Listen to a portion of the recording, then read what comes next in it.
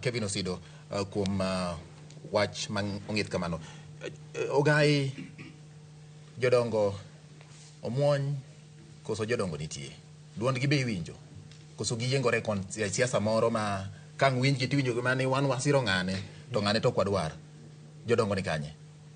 Erokamano ahinya kuom wach mamit. An kawuoyo kendo asiro wach ma owadwa Wuod Seme wacho. Ni gik moko dhi maber.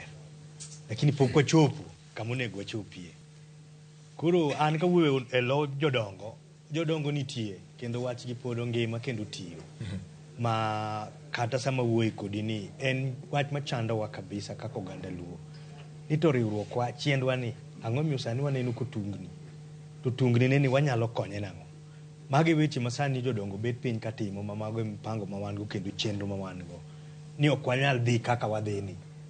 En sama koro chopo ma koro kaka wan jodongo wada luongo nyithindwa gi achiel kachiel to wapenjo gi sida magin.